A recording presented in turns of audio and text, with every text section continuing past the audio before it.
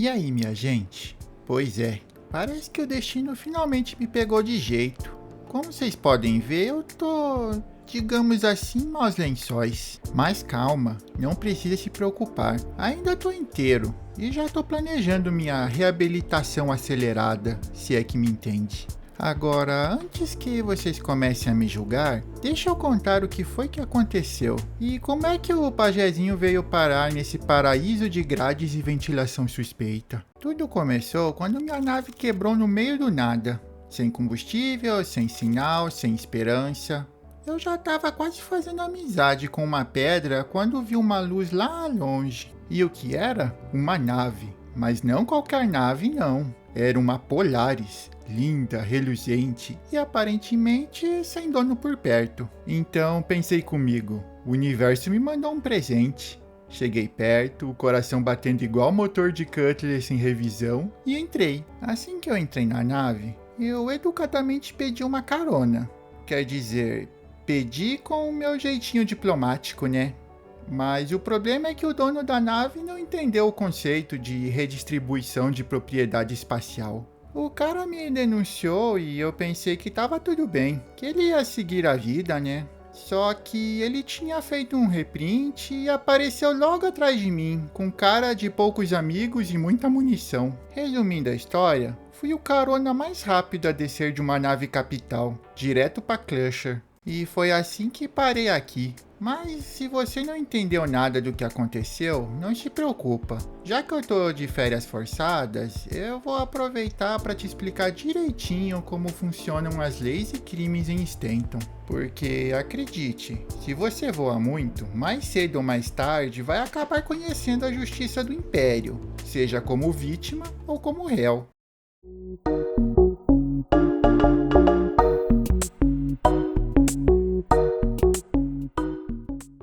Em Stanton, tudo o que você faz fica registrado, e o Império adora um registro. A UE monitora cada canto com satélites, scanners e câmeras. Quando você pisa fora da linha, plim, nasce o tal do Crime Stat. O Crime Stat é tipo uma pontuação da vergonha. Quanto mais besteira você faz, mais o sistema te marca.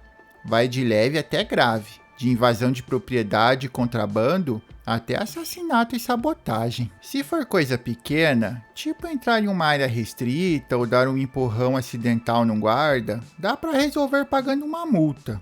Os terminais de pagamento estão por todo lado, estações, cidades e até em Green Rex.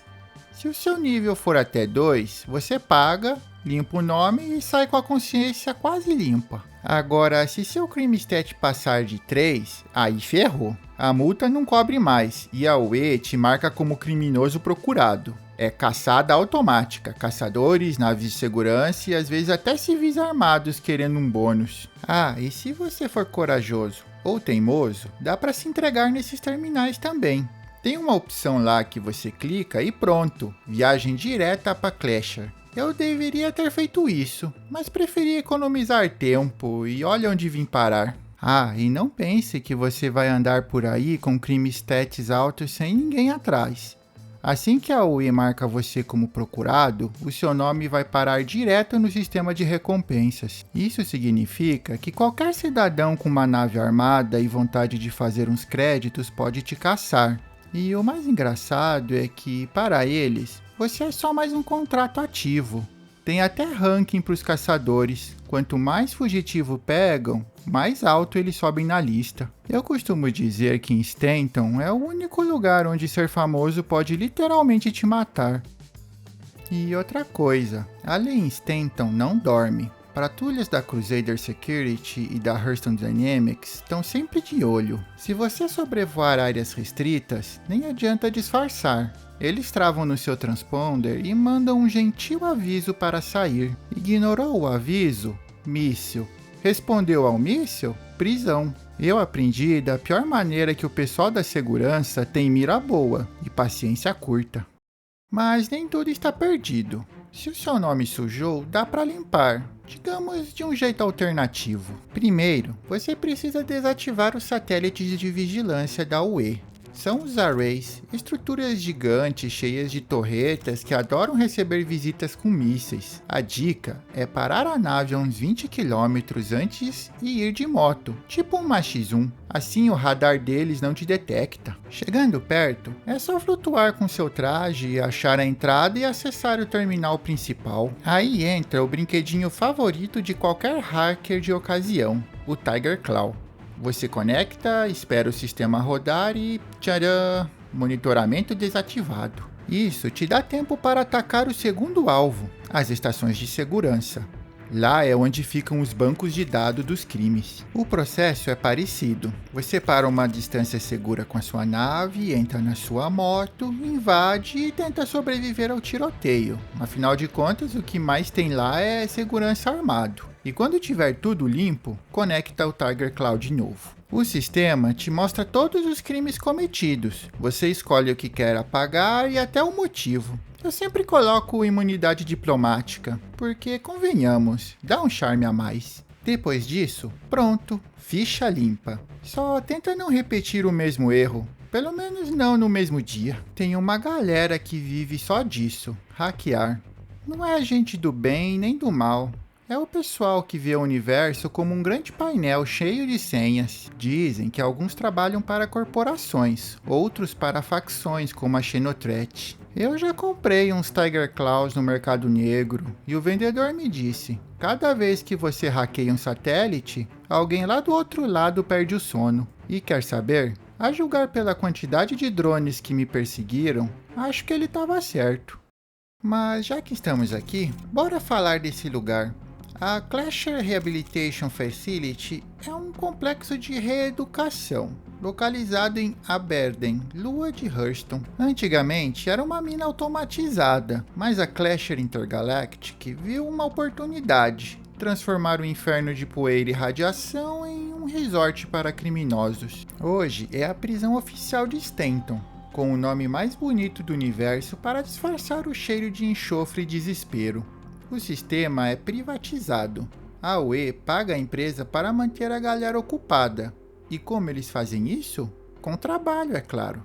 Aqui você minera para reduzir sua pena. Cada minério entregue vale alguns minutos da sua liberdade. Nos terminais das minas dá para ver o quanto ainda falta e também aonde você entrega o que minerou.